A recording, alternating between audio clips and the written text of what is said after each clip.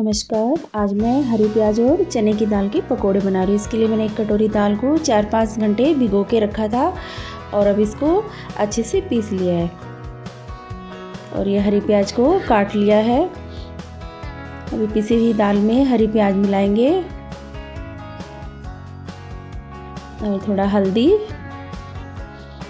नमक टेस्ट के अनुसार और ये हींग डालिए। ये लहसुन अदरक का पेस्ट और हरी मिर्च भी इसमें मैंने पीस ली है। सबको अच्छे से मिलाएंगे। ये देखिए पेस्ट तैयार है और अब ये हमने तेल पहले से ही गर्म होने के लिए रखा था। अब ये छोटे छोटे पकोड़े बनाएंगे। तैयार है हमारे क्रिस्पी टेस्टी पकोड़े।